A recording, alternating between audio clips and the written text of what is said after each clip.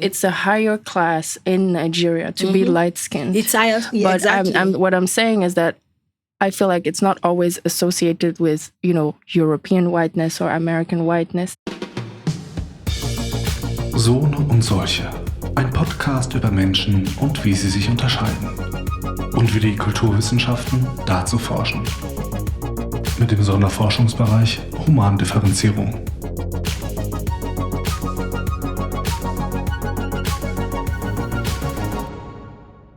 Hi everyone and welcome to Sohne und Solche. This is our second Melanin Matters episode. So if you haven't already, please be sure to listen to last month's episode first. To start the episode, we will meet another participant of our Melanin Matters Women's Day in Lagos, Nigeria. On that day, we received insights on skin health from a dermatologist and discussed the participants' own experiences with skin tone differentiation, skin care, and preconceptions about skin tones. And I would like to explain a word that will come up, oyibo. This is a Yoruba term also used in Pidgin English. It is often translated to white, but actually has a broader meaning, as it also designates light-skinned foreigners from other parts of the world. Oyibo combines notions of foreignness and lightness of skin. Hello, I'm Chidima Oheri.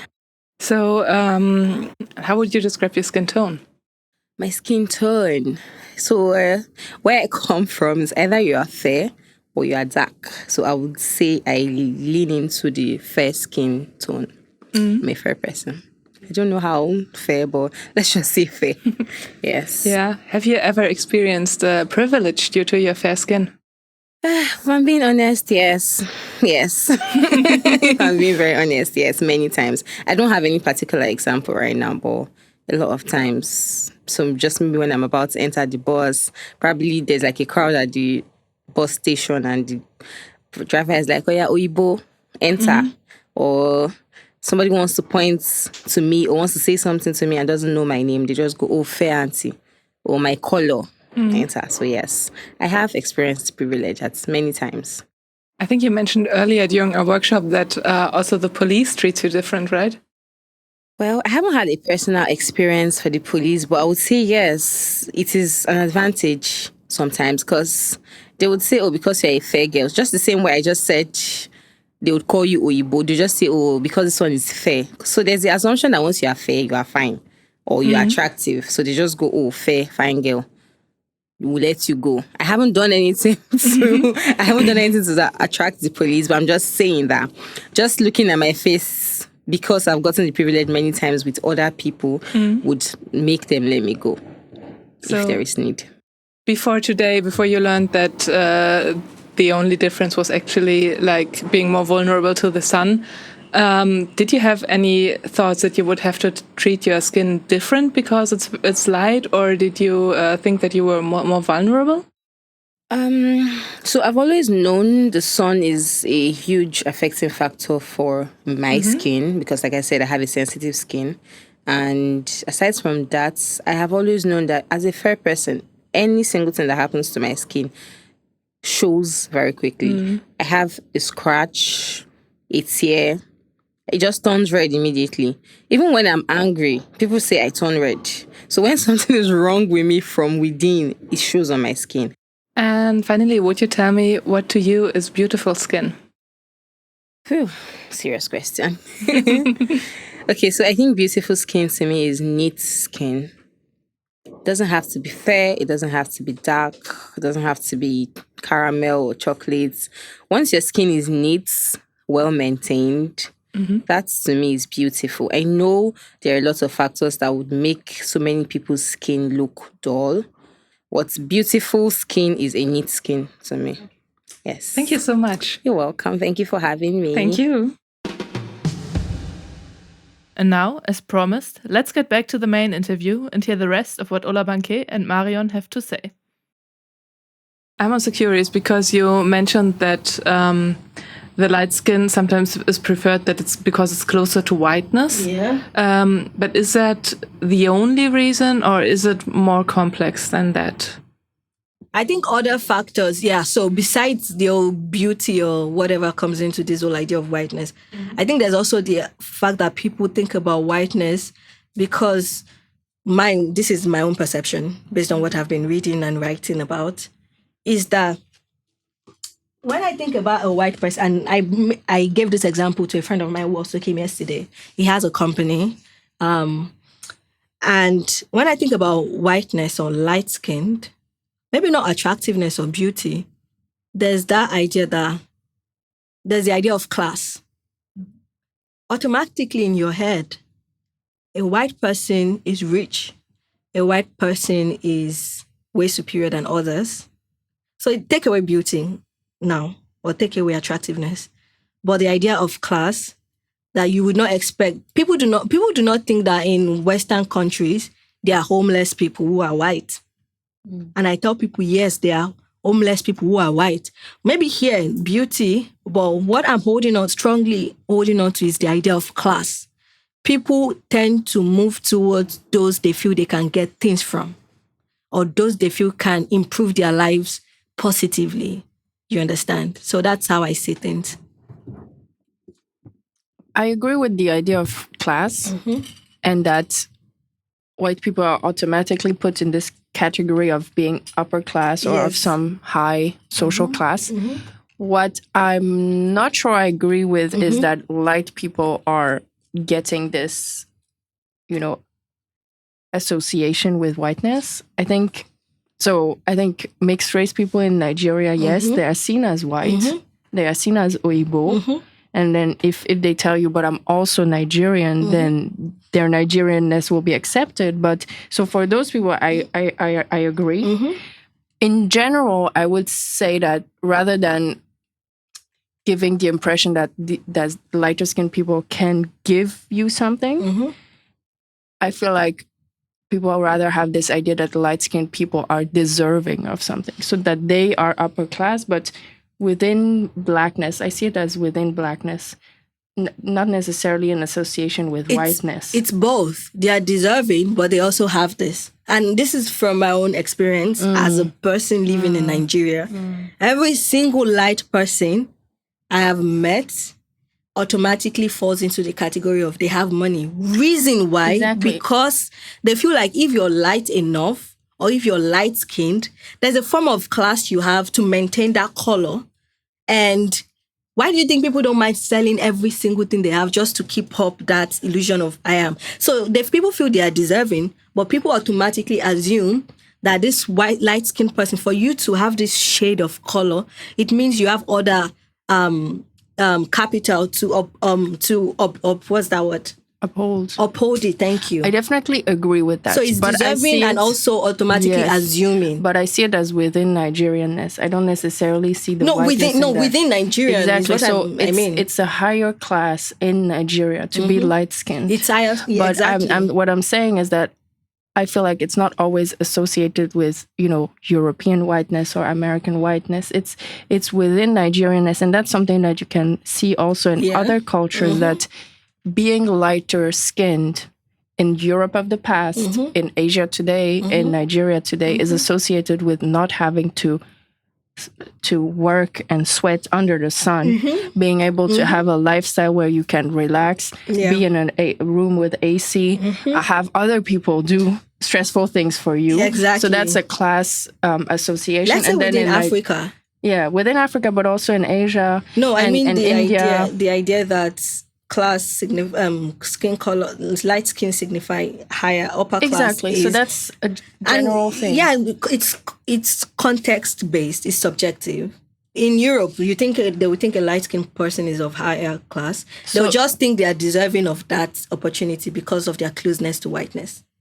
Okay, yes, but here in Nigeria, if I say like among Nigerians, or if I say like in India, there's also this there's association, the caste and everything. Yeah. So what I'm saying is that even if you take white people out of the mix, there's still this idea of higher class being associated with lighter skin because of also what you would have to do in your everyday life. You don't have to be in the sun that much. You're not laboring. Yeah. Exactly. And then also in Nigeria, and this is probably more specific to Nigeria than now other contexts like Asia, is that what I hear a lot here is people who are like, to maintain this color in this climate in this Nigeria, you need expensive creams. No, they are so right. there's the idea that, well, shea butter is a good, cream. Yeah. So, but they believe that you need very expensive skincare to stay light in Nigeria. They are right. So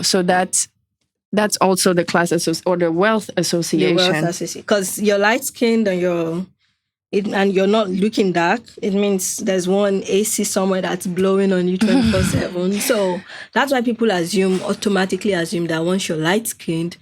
There was a time people thought my parents were like really rich because my mom was light skinned, my brothers were light skinned. Like, what is wrong with you people? Have you been to my... And people were like, no, you can never be low class. It is not possible. My mom's a teacher. You know how much teachers get a salary? So just picture that in your head. But because of the fact that once you're light-skinned, my friend was telling me that some people do not want light-skinned maid. He runs a company where you can easily get workers to help you do like manual work, like being a maid, clean the house, a driver, a plumber, things like that. He said that people do not want light skin because they feel like, and we said this yesterday in front of the institute, they feel like a light-skinned maid or a helper at home would not work well because they'll be careful about their skin. They wouldn't want to go on their knees to scrub the floor. They wouldn't want anything to scratch their body. So they want darker skinned women or darker skinned helper because those ones will put their body, soul, and mind into cleaning. Because there's nothing they are preventing themselves from. So that's a very clear example of colorism. He told me yesterday, are you serious? Because I told him that, why are you here? Why are you having this colorism conversation? And he was like, oh, you don't think it happens so I explained. Then he explains, oh, that makes sense. He said they automatically say it, that people request for dark-skinned women who are probably smelling because they don't want their husbands to be attracted to them. So they're like, please, I don't want a light-skinned woman or a light-skinned helper because, attractive, my husband might be looking at them, blah, blah, blah. So imagine that. They are even bringing colorism into labor because they know you're dark-skinned, you can work. Yeah. So there was also something that we talked about yesterday. We did a game with the participants of the women's workshop where we were asking questions, and if your answer was no, you would go to the right, and if your answer was yes, you would go to the left. And one of the questions was, do you believe that lighter skin is more fragile than darker skin? That darker skin is tougher than lighter skin? And everyone went to the right, to the yes side. Yeah.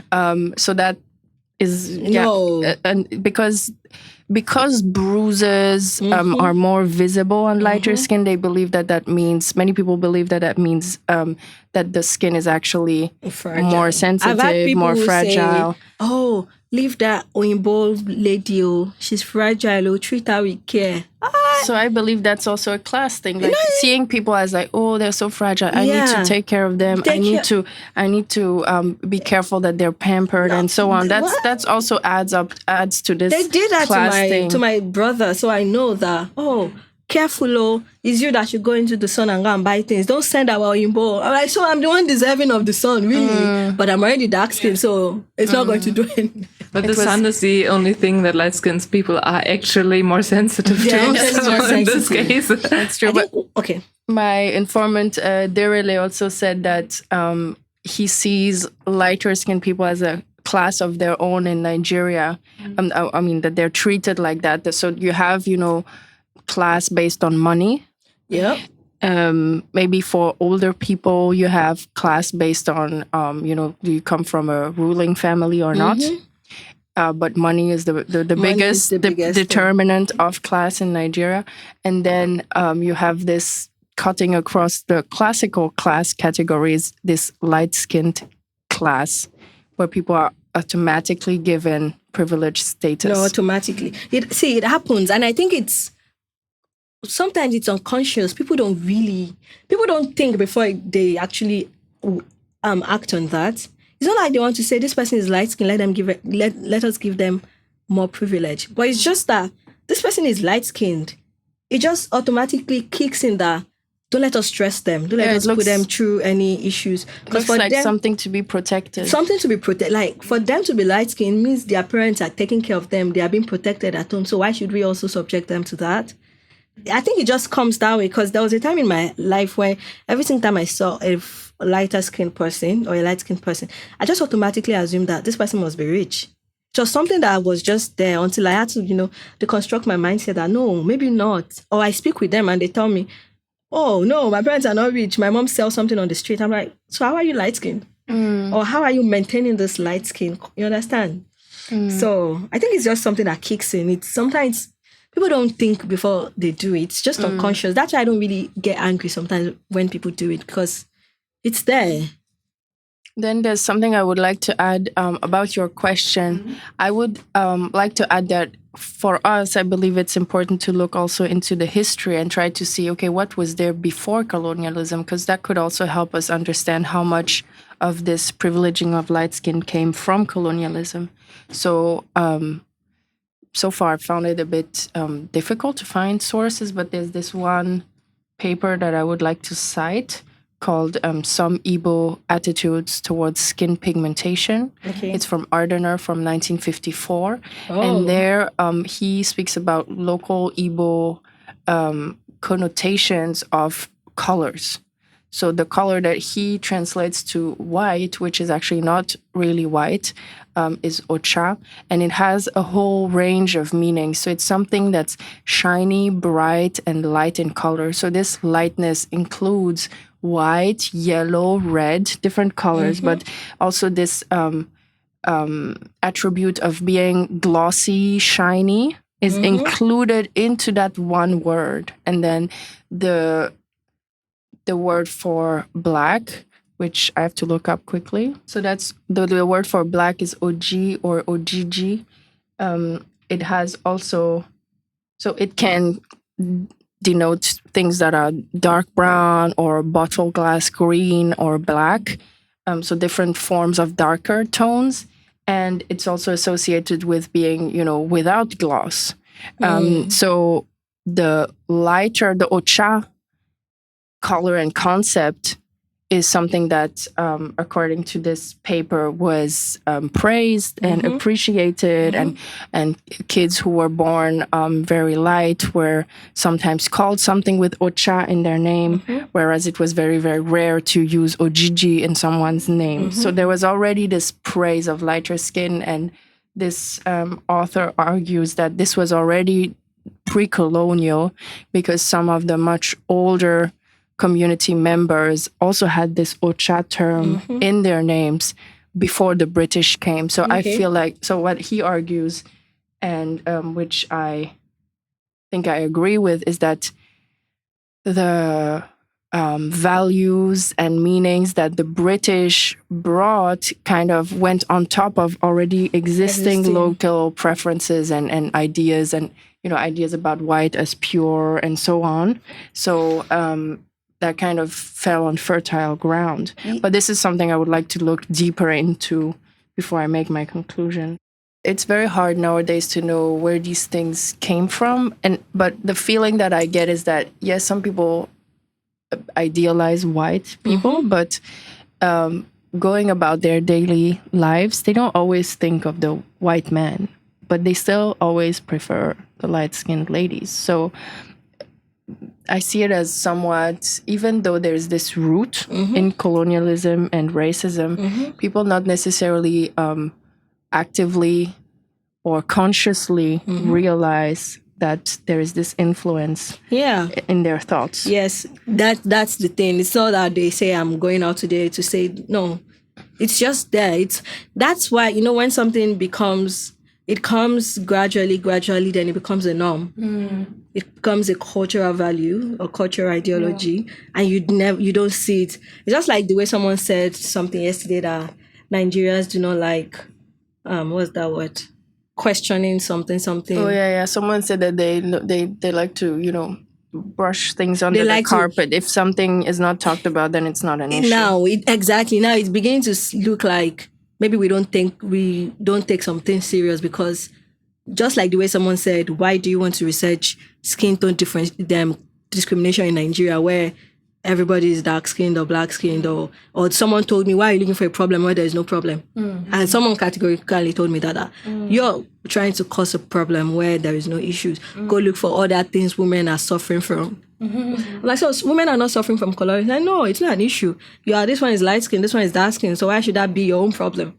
Yeah, so my difficulty was that sometimes with interviews or asking people in the streets, I was not getting past a certain point. Like I would be asking, but why? Why do you feel that lighter-skinned women are more beautiful? And most people would just shrug and be like, that's just how it is. Because it's becoming a cultural understanding that... Yeah. But then also one thing that often comes up is the visibility aspect. So in a, strongly melaninated environment, the people who are the lightest stick out visually the most. And some people associated that, feeling like light people shine and are pretty and so on, that it's associated with this being different, sticking out of the lot, being visible first in a crowd that's generally darker. I like the example Dr.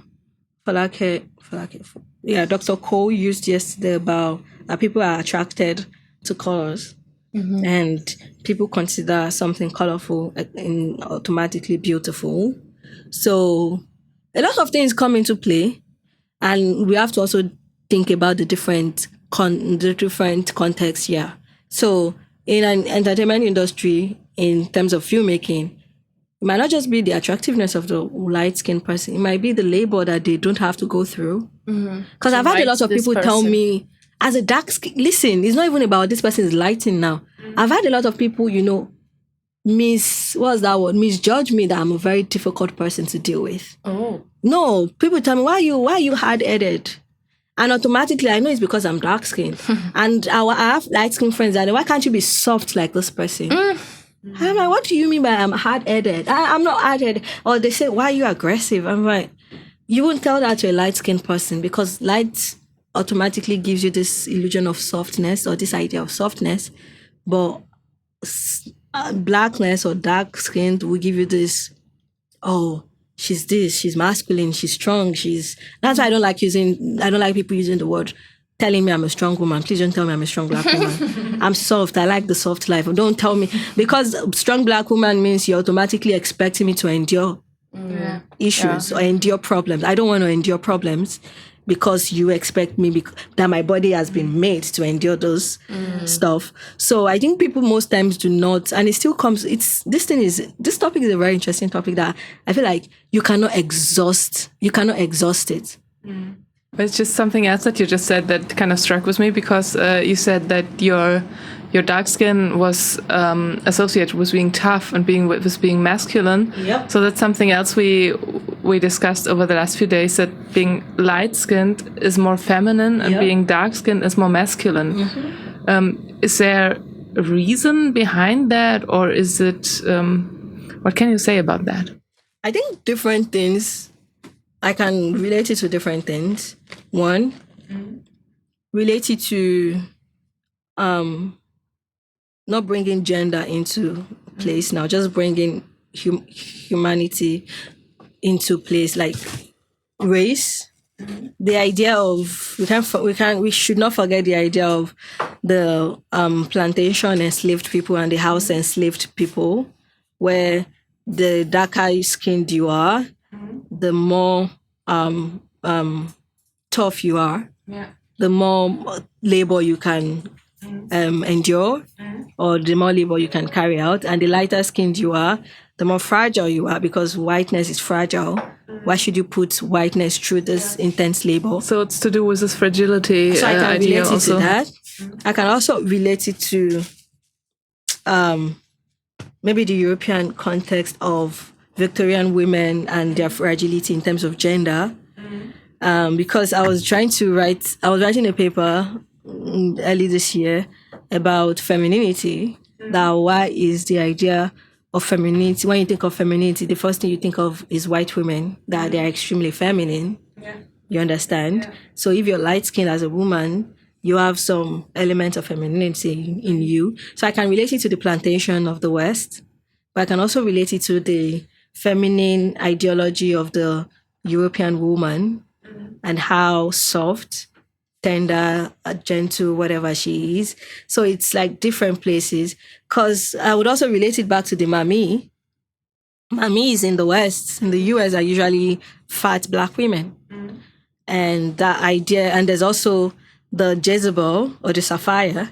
The Sapphire is the homeless Black woman who is giving birth to plenty, lots of children, who living in the project, who is broke, surviving on crack.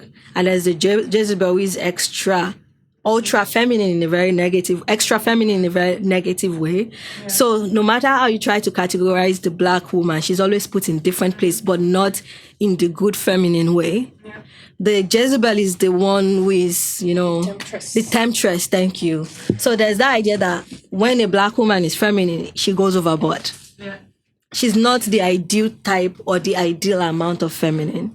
Yes, adding to your your analysis of femininity, I would like to add a quote from Ashikari from 2005, where he talks about Japan and looks at skin whitening advertisements in Japan and noticed that a lot of the advertisements were actually featuring white women. And he interviewed some women and they didn't pay attention to that. It didn't matter because for them, white women were a universal sign of femininity. Yep. Like they represented femininity. It didn't matter. They could still, identify with them because that was just femininity, so to say. Or white woman is the definition of femininity. Yeah, so a symbol of world culture and of universal beauty. Yep.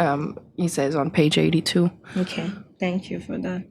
I would like, because I think we need to come closely to an end. I would like to talk about your role as researchers, because you physically look very different. One of you is a dark-skinned Black woman, one of you is a white woman. Very light white woman. A very light white woman, yeah. So does this influence what people tell you, what your informants tell you, what information you find? That's probably something we would have to discuss for a long time over coffee. Absolutely. What can we say already? Because we haven't talked about this before, so we haven't done this comparison yet.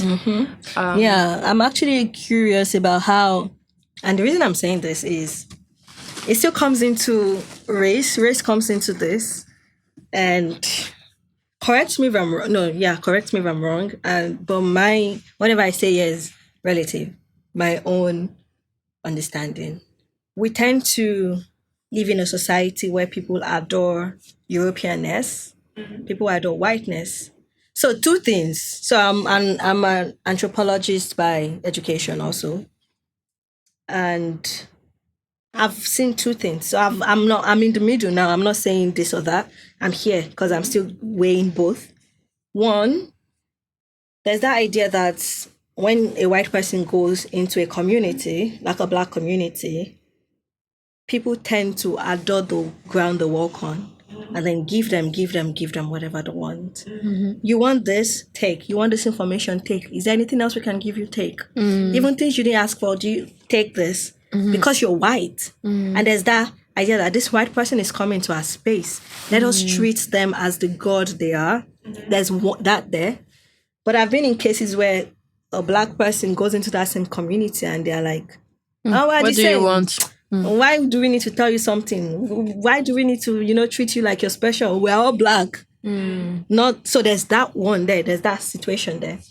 Another thing as an anthropologist is I've seen that sometimes when another white person comes in, when a white person comes into another society, there's that idea of gatekeeping that people would never want to tell them anything because they feel that this white person is coming to our place to colonize us again, not the ones of chains and shackles, but the one of knowledge production, because they know that which is one of the issues I have with anthropology itself, about this whole idea of going into the community, taking whatever you want and leaving. So they have the idea that these people will come into our community and take whatever we want, rebrand it as their thing, and never give us credit for that. So depending on whom you meet in the community. But I've been to a Black community where they accepted me and they're like, we're giving you anything, we're telling you this. Because they felt like I'm a Black person, I'm not going to betray them. And I'm also a Nigerian. I would, portray Nigeria in a very, like, they can relate to me. So there's that case of it's either or they relate to you or they don't relate to you. Yeah. And I noticed this thing in Brazil also. And it's a very funny example because, Brazil is also a multicultural community or space. And I went into, when I told you I was studying African religions in Brazil, I was interested in the Ifa tradition, the Orisha practice in Brazil. So Candomblé is an Afro-Brazilian religion, which is derived from, the Ifa tradition here in the Yoruba community. And I went there and those people treated me nicely. Like they thought I felt like I was an ancestor. One of the professors actually told me that these people will see you as an ancestor because you're Yoruba, what they ascribe to be. The original Yoruba. I don't like using that word, but the original, because I feel like religion is not static. People use religion based on their... You're not the Yoruba they left a couple centuries ago. Exactly, but they feel like I'm an authentic Yoruba person. And they, oh my God, at a point I felt like, should I feel somehow? Because I was an anthropologist going to that place, going to take something too. So I think in this situation, I'm still interested in having this conversation with you, that how has people been dealing with you since you started your research? People have been talking to me, but I've not really interviewed so many people, but the people I've been interviewing are my friends, whom I already have. So my positionality is also a bit biased because they are my friends. You tell me this or I punch you. Tell me now. I'm sorry, but I'm always like, you better tell me what's happening. But I feel like there are other people I would still need to reach out to that I'm not friends with. And I have to think about my positionality as first a Nigerian, second a scholar, and third a dark-skinned person who is researching something that I went through. So I think it depends. And I'm really interested to hearing from Marion what her own experiences as, You're pretty much at the beginning of the ethnographic I've part, been doing right? a bit of interviews since 2021, but this is like my final data collection, and I'm hoping to interview more people. But in 2020, I came back home 2022. I gathered a couple of interviews. I think so far I've had 15 interviews, but these are people within the community I've lived in. The dance community, So the dance community, and they are all my friends. Okay. So. So for me, I mean, I came as a complete stranger, so to say, but there was one colleague with me during the first trip who had already been to Nigeria many times and already had contacts. So that was one great help, was that I was introduced through someone that some people already knew and liked and so on. So that was I feel like one thing that helped me in Nigeria was being introduced by others. That gives kind of okay, this person is safe to talk to, this person is serious. So the more people I met, the more I met others also through them. Yes. So what I noticed was that most people were very open to me and really wanted to help. So they would actually think, have you interviewed this person? Have you done this? I think for your research this and that would be interesting. So they were, most people were positive concerning my topic, especially women, young women. They would say that, this is a conversation that needs to be had, and so great that you're doing this. So I feel like that helped. The topic helped. The fact that I got introduced helped. And then one thing that was difficult, however, was when I tried to go to shops and get information there and interview, the business owner, the brand owner of shops that are selling skin lightening creams, because skin lightening creams have been very criticized. So when they see me, they see some European journalist or someone who will destroy their brand. So they don't want to answer anything polemic. So they are trying to talk to people. Sometimes I would not get past certain standard answers. If it was just employees, they would sometimes answer much more openly. Yeah. Because they didn't see a problem in saying, any color you want. You just tell us what color you're looking for, and my madame can tell you which cream will achieve this for you. So for them, that wasn't a problem. Like, you could choose your skin tone. That's like a no-brainer. It's for some. So it really depends, but shops were more difficult.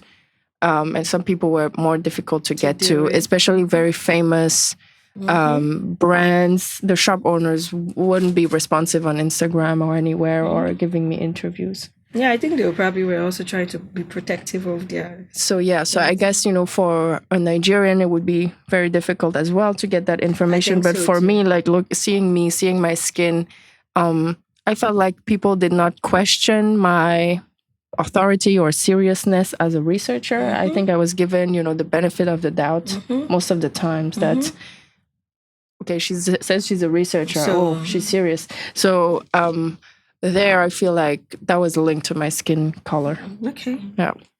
But did people also could they tell you easily to your face that they preferred lighter skin shades than yours? Which people? People you interviewed? I think they did not say. How many people said it? No, they did not explicitly say, "Oh, I as an individual prefer things." They just made me see reasons why people would want to prefer light. When you don't want to go straight or implicate yourself, but you take me around and try to make me see reason why you think the way you think is better. You understand what I mean? Yeah. So I had someone who had to tell me, it kind of makes sense if a music director wants a light-skinned person. Okay, yeah. He didn't say I like a light-skinned person, but he said it made sense if a music director wants a light-skinned person. They want to cut cost of editing and whatever. And the person said you really should not get angry about that, because people are concerned about commercialization. So if that is who would help them market their work, then so be it. Why should you have any problem with that? Yeah. So they gave me reasons why likeness is what people want, but don't get angry. Don't take it personal. Something like that. I don't know if you had the same experience, but I feel like I didn't meet many shy people here. Like, people speak their minds. Oh, no. They don't care. No, for now, I've interviewed people in the entertainment industry because that is where my work is. I'm hoping to be a bit, because my work is dark-skinned women in the entertainment industry, because I'm interested in the idea of media and how these people consume media and also use media to perpetuate this whole idea of light skin is beautiful, dark skin is... So I'm focusing more on the entertainment industry, and every single person I've interviewed, they're not shy, or they were not shy. They were really... But some people were really careful about what they were saying. They were picking their words not to implicate themselves and try to say, you know what? So they were not like this, but they're like, I think, I believe, I don't think you should. But they were not really assertive. Like, I had people that were assertive and said, yes, it's there. Yes, I'm losing my job because of this. I don't care. Things like that. Whoever reads this, and they were something like, please don't put my name, don't make it look like I said this. And so I had different, what is it called? But they were not shy. They said their mind, but some held back a bit. And I understand, because, microphones, camera, there's something it does to people too, where you perform. You perform things, you try to pick your words, you try to ensure that it doesn't come back to bite you in the ass. And I'd like to add something about my own experience. I feel like people were also not only open to talking to me, but open to showing me around and inviting me to events and all of that. And I think, I met some friends, some people who genuinely like me. So it's not only my skin color or my skin tone, but it's the first thing you see. So that might be the first thing that was interesting about me. Or also so like a door going to events. I noticed I was often the only white woman at exclusive events, or if I brought, someone who was visiting me from Europe or coming with me like Friederike, then we were the two only white women at that event. So I also asked questions about that, and someone told me, yes, in Yoruba culture, we like to have foreign guests. We like to show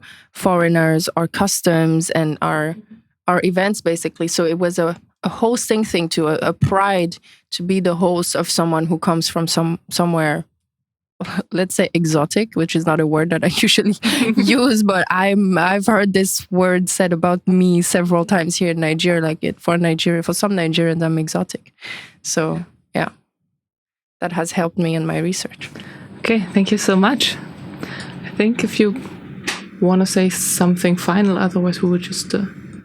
Yes, I would like to talk about the panel discussion that we had yesterday on October 31st. So it was a panel discussion about, on the one hand, skin health and skincare in Nigeria, which included a lot of discussions about skin bleaching in Nigeria, and then skin tone discrimination and, colorism in Nigeria.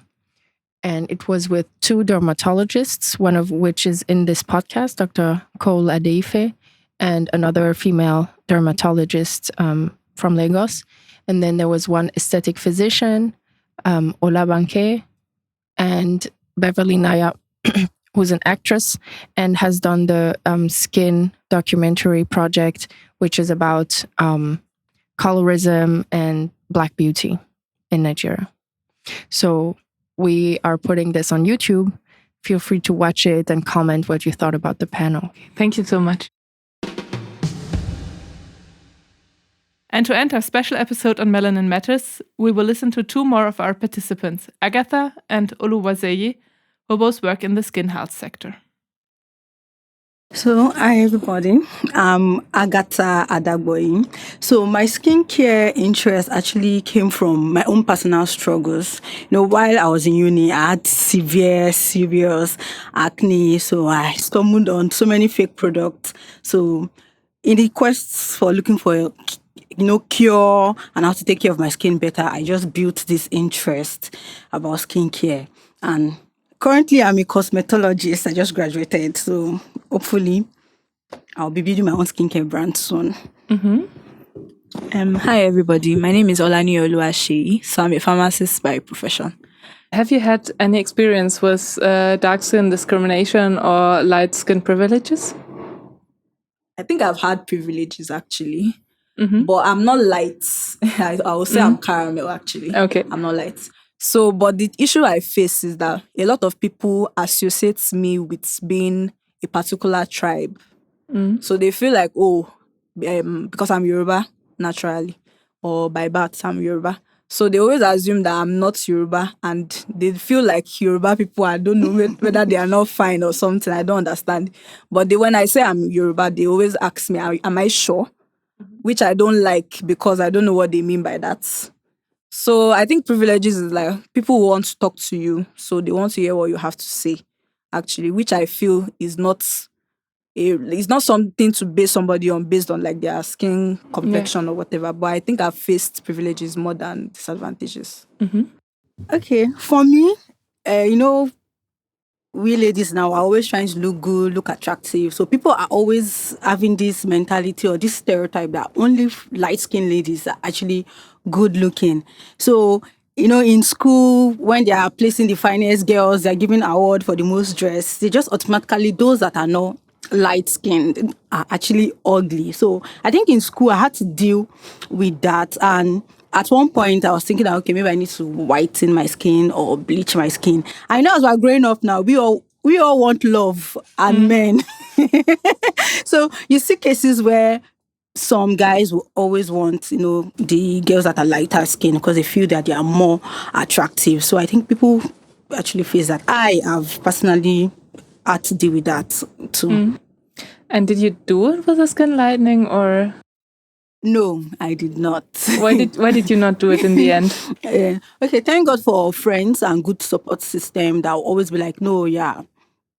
And at that point in my life, I was dealing with acne. So my main focus was not actually to brighten my skin or lighten my skin. So it was just to treat my acne. And my friends were like, no, you are brown skin, you are dark skin, you are fine, you are beautiful. But some people don't have that support. They don't have those friends or family to actually encourage them. I know with a Nigerian parent now, if you are too light or you have started bleaching, they assume that Is it okay for me to use the word? You are now an ashawo. What is it? Okay, you are like prostitution and stuff like that. Oh. So my dad and my mom were always putting that in my head. And no, don't bleach your skin. So I had that support from my own end. So I did not.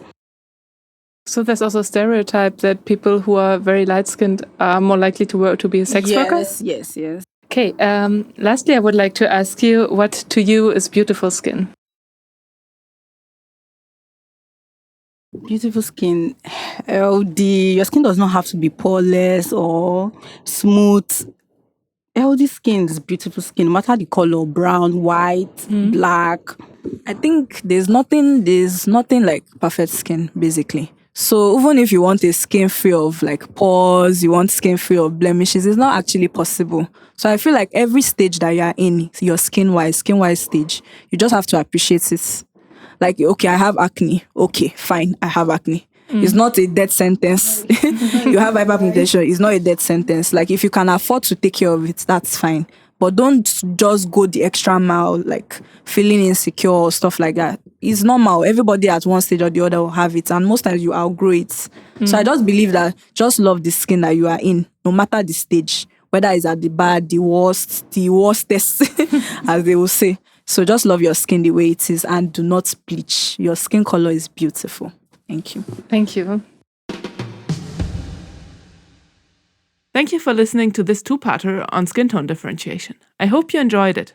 Next month's episode will be once again in German. I will be talking to Aaron Hock and Clara Terjung about pandemic human differentiation. See you then.